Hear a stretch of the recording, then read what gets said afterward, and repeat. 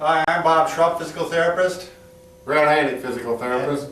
And together, we are the most famous physical therapists on the internet. Well, in our opinion, of course, Bob. Who's your friend, Brad? Well, Bob, this is my friend, the spine, and this is my hunting hat. Going hunting this weekend. All right, good for We're you. a little grouse hunting. So, but furthermore, I want We're to going to talk talk. about, 1 minute, we want me to say it or do you Yeah, want to? you go ahead. Spondylolisthesis. It's a mouthful. I say spondylolisthesis. He does Potato. Exactly. We're going to show what it is, and then we're going to show you 3 exercises you can do for it. Right, so here we got our spine, and this is typically in the low spine between L5, S1, or L4 and L5. You're going to have to zoom right in on this, Nancy. That's the 2 lower vertebrae. Right. And these are the bones that stack up to make your back, and that's what we're talking about, is 2 of these bones here. Right. What happens to them? So, again, here we are. This would be looking at it this way, so you'd be looking at it from my the side here. Right. And actually, this is a real good topic for me, because I've got some x-rays taken last month of my back. Now, I want you to zoom in on this, because you're going to see some real live x-rays, and the person who has the x-rays right here. And, are you zoomed in? Is the lighting pretty good, Nancy? Okay. So here we go. That's the same angle we're looking at with the spine. Here's my sacrum, and then here's L5, and here's L4. Yeah, 2 of the bones that stack up. Right. Now, that's kind of hard to see, so what I did is I outlined it with a Sharpie. And here we go down. Here's the hip, the sacrum, you can see, and then L5 here. Now look at this. L4 is forward. These should be lined up. And look at, there's no space in between here. And the space here is shaped like a pie, which is not normal. This is not what you want to see in your back. I'm going to show you, take the x-rays and go back a little bit so you can see an additional top 2 layers of, I shouldn't say layers, but top 2 vertebra. Here we go. We just took the x-rays and went back a little bit. L5, here we see the shift.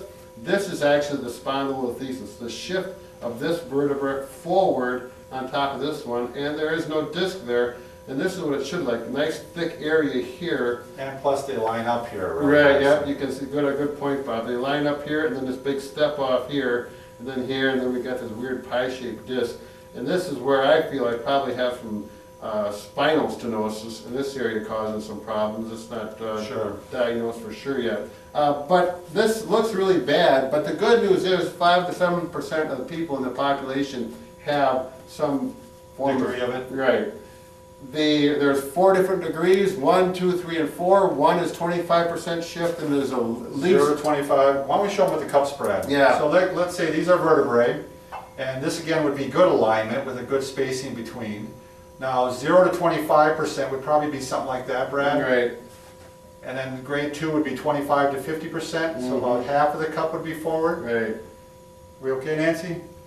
And then 50 to 75% would be grade 3. Yep.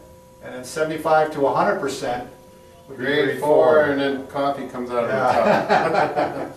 Not good. Yeah. So with mine, I had x-rays last year taken, and I had them again 1 year later. I've got to go next week to see the doctor, and I'm going to see if my L4 has shifted on L5. And if it's stable and it hasn't shifted at all, I'm doing pretty good. If it has moved, well, then I'm going to have to do some exercises, and I want to stabilize that area as best I can. So what I'm going to do is avoid doing things where you go backwards, okay? So I'm not going to do overhead work. I'm not going to stretch this way. I'm not going to do this stretch that we do talk about doing a lot for people with a herniated disc.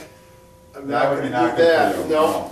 So what I am going to do, and if you want to, and this feels good, by the way, too. If I lay down, the hat's got to go. Okay, if I do a push my stomach down like this, so my back is going at posterior pelvic tilt, that feels good already.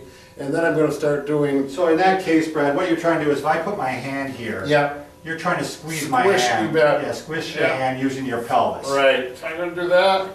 And then simply with that, I'm going to do double knees to chest. And I'm strengthening my good ab work. A lot of people maybe would have to start single knees to chest, Brad. Exactly. These are probably pretty tough to do. I do a lot of ab work because of this, so I don't think anything. But yeah, that's a really good point, Bob.